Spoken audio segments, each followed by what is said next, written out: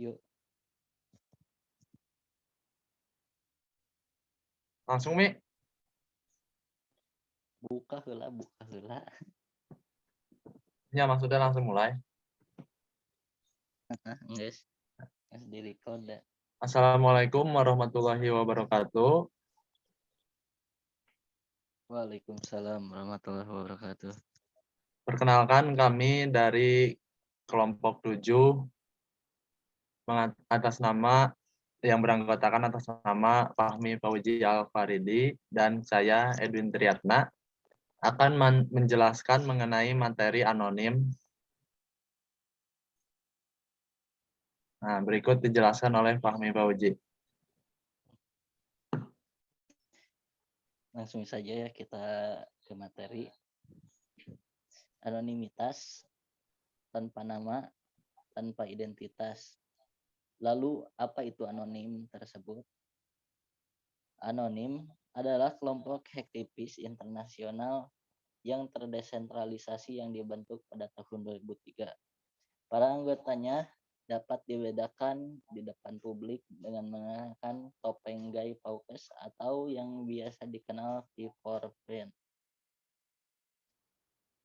Dalam bentuk awalnya, konsep tersebut diadopsi oleh komunitas online yang terdesentralisasi yang bertindak secara anonim dengan cara berkoordinasi, biasanya menuju tujuan yang disetujui sendiri secara longgar dan terutama berfokus pada hiburan.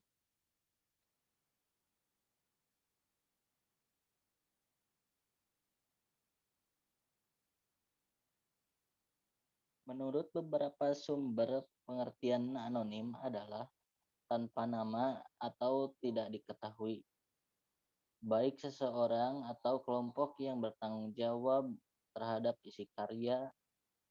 Anonim juga tidak memberikan kesempatan pembaca untuk menentukan seberapa besar derajat kepercayaan mereka pada sumber yang bersangkutan, atau suatu sifat yang merujuk pada ketidakjelasan atau ketidakpastian identitas seseorang atau suatu pihak.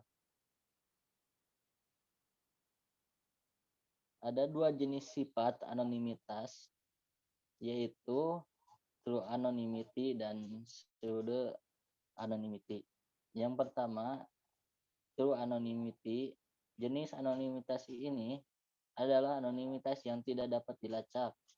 Hal ini mungkin secara kebetulan ataupun memang bertujuan untuk menyembunyikan identitas pengirim, sehingga menjadi misteri bagi orang lain. Identitas seorang yang menggunakan jenis anonimitas ini sulit dilacak identitas aslinya. Seorang atau kelompok oknum yang menggunakan sifat ini tidak mencantumkan identitas sedikit pun. Yang kedua, pseudo anonymity. Jika anonimitas yang masih mungkin dapat dilacak identitasnya dikarenakan pemilik akun menggunakan nama samaran atau bukan nama asli. Seringkali pseudo anonymity menunjukkan sifat atau perilaku aslinya.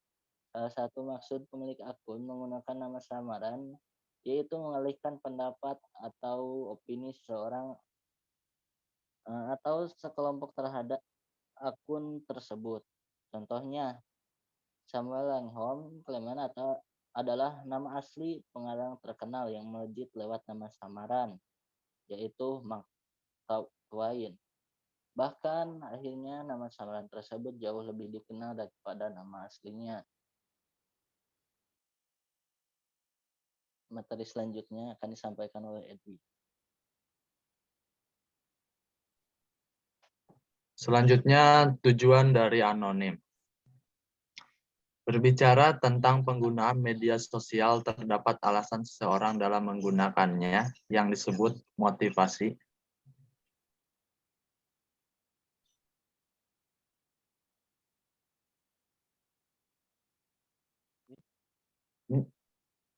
Tadi, Mi.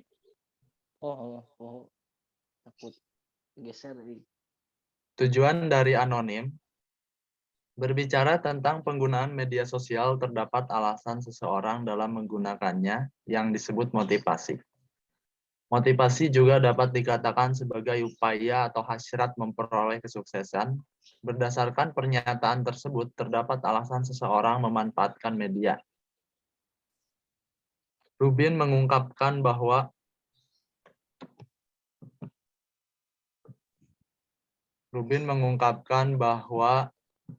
alasan tersebut terdiri dari kesenangan, teman, pelarian kesenangan, ketenangan, kebutuhan informasi, interaksi sosial, dan mempelajari konten suatu media. Orang menggunakan media dapat dikelompokkan ke dalam sejumlah kategori sebagai berikut. Teman, memenuhi ketertarikan, pelarian kesenangan, interaksi sosial, relaksasi, memperoleh informasi, dan untuk mempelajari konten media tertentu. Sementara anonimitas merupakan tidak teridentifikasinya sebuah identitas seseorang yang dalam hal ini di media sosial seperti Instagram.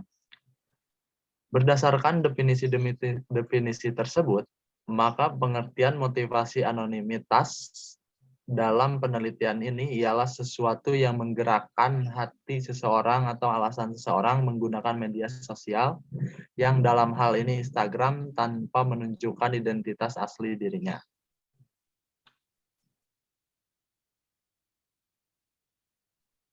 Tujuan lain dari anonim itu, terkait motivasi anonimitas yang dilakukan di Instagram, seseorang dapat memperoleh aspek positif seperti pengungkapan diri yang lebih leluasa, pengendalian privasi, dan pelarian kesenangan, seperti mengikuti akun-akun yang dianggap tidak umum dan berdiskusi mengenai hal tabu atau hal minoritas.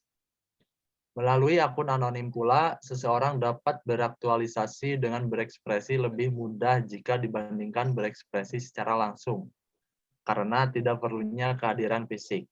Namun, sayangnya aktivitas ini juga memiliki aspek negatif, yakni memudahkan seseorang untuk melancarkan aktivitas agresif seperti cyberbullying, yang turut menjadi hasil dari guilty pleasure pengguna akun anonim.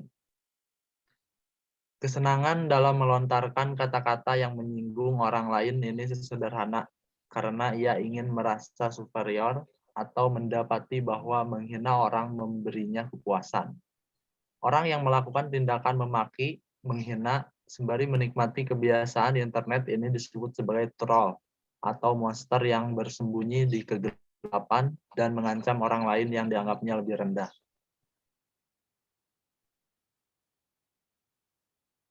Nah, selanjutnya cara kerja anonim. Setelah menganalisis akun-akun Instagram milik para informan, dapat diketahui bahwa persona yang ditampilkan pada masing-masing akun disesuaikan dengan fungsinya.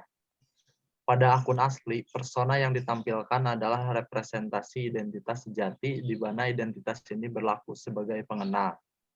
Tentunya melalui identitas ini dapat menjadi penanda bahwa akun terkait adalah milik informan. Melalui identitas aktual ini pula para informan nantinya dapat menjamin kepemilikan unggahan-unggahan foto di akunnya, yang ditujukan sebagai bentuk akuntabilitas dalam eksistensi dan interaksi dengan orang-orang di sekelilingnya di media sosial khususnya Instagram. Selanjutnya, para informan membuat identitas baru yang tidak mempresentasikan identitas mereka di dunia nyata. Pembentukan identitas ini tidak lain adalah bentuk pemanfaatan terhadap sifat dari CMC, di mana para penggunanya harus login dengan mendaftarkan nama. Dalam pendaftaran ini tidak diharuskan mengungkapkan identitas asli, tidak hanya kewajiban untuk mencantumkan identitas aslinya, ini sekaligus memberi kesempatan bagi para informan untuk membentuk persona lain sebagai akun samarannya.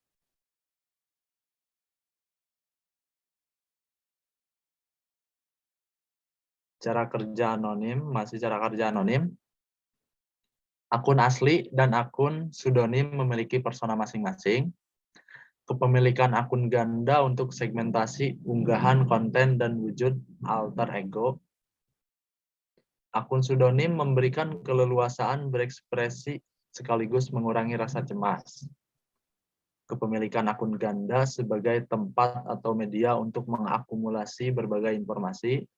Yang terakhir, akun pseudonym melindungi privasi dan ajang stalking.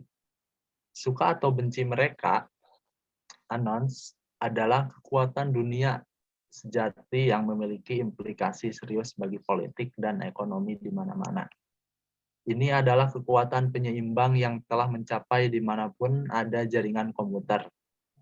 Tidak ada yang bisa mengatakan apakah kekuatan ini untuk kebaikan atau kejahatan, tetapi mungkin aman untuk mengatakan bahwa Anonymous akan selalu menjadi bagian dari keduanya, dengan kata lain manifestasi digital dari kondisi manusia itu sendiri.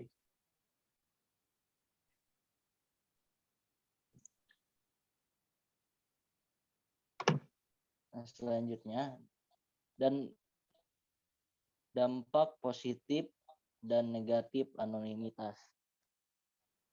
Dampak positif dari anonimitas ialah memberikan kesempatan kepada mereka yang Lebih merasa nyaman lebih nyaman menyembunyikan identitas diri dalam dalam berkomunikasi. berkomunikasi. Dengan menjadi anonim, seorang bebas mengungkapkan hal-hal yang sulit diungkap di dunia nyata. Dengan menjadi anonim juga, seorang bebas menjadi diri dengan image yang mereka inginkan. Seorang bebas berpartisipasi pada suatu forum dengan minat tertentu dan juga merasa menjadi bagian dari kelompok tersebut. Dampak negatif dari anonim yaitu apakah informasi yang disuguhkan oleh anonim ini bisa dipercaya? Kalau tidak bisa dipercaya, bagaimana cara mengujinya? Yaitu jadi dampak negatif dari anonim ini salah satunya adalah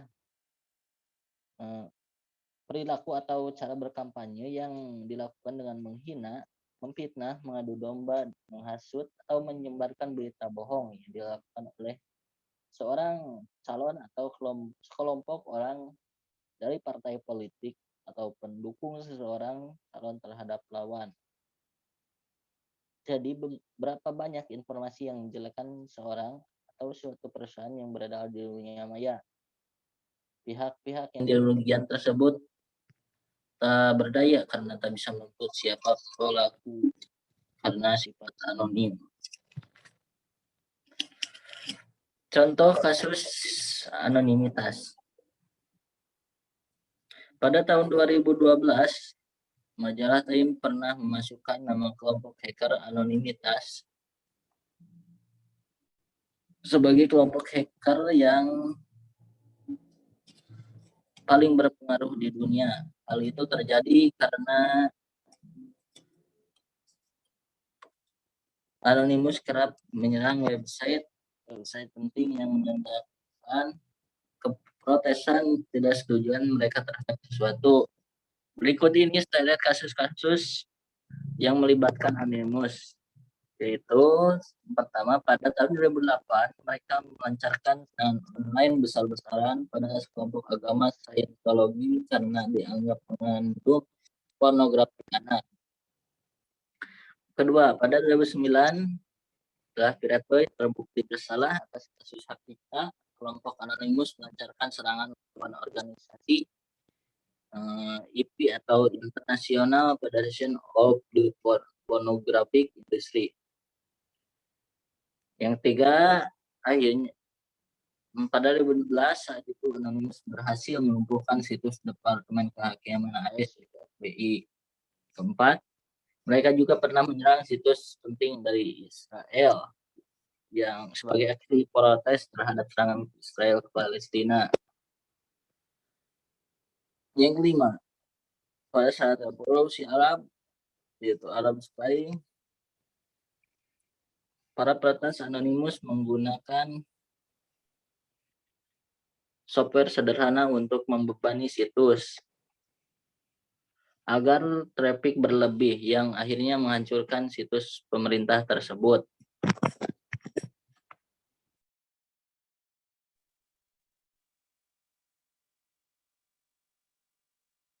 Yang keenam, anonimitas kembali beraksi dengan membobol situs pemerintahan pertahanan Suriah maksudnya.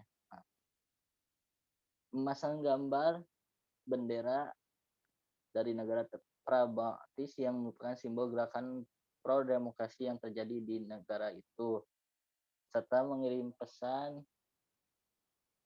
mendukung pemberontakan Suriah pada Presiden Bashar al-Assad. 2011 Anonim kembali berhasil menarik perhatian karena berhasil melumpuhkan 40 situs pornografi anak ilegal. Yang ke-8, saat bersamaan Anonymous juga menemukan ratusan ribu situs bawah tanah yang tampak di mesin pencari. Propertas ini khususnya menarget situs berbagi pedofil Lolita City membocorkan 1.589 nama aktif ke publik.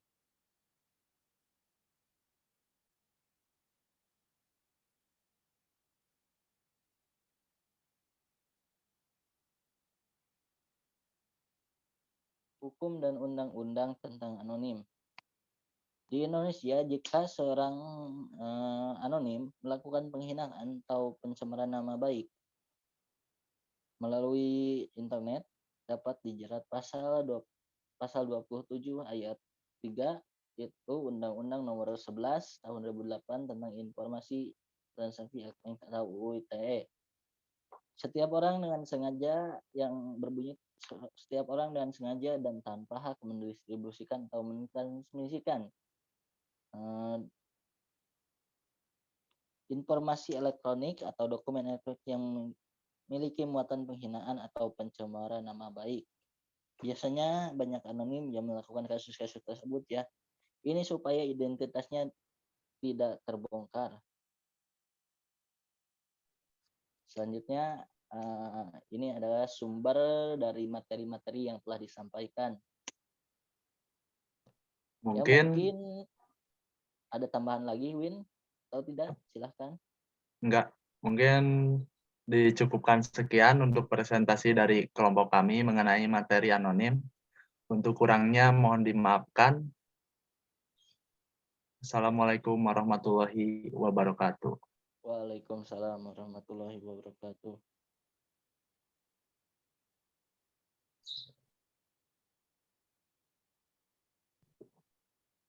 Win, hari ya hari Kami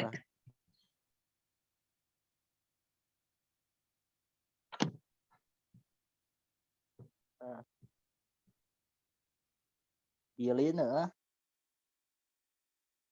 isi salah mana? recording. Oh, di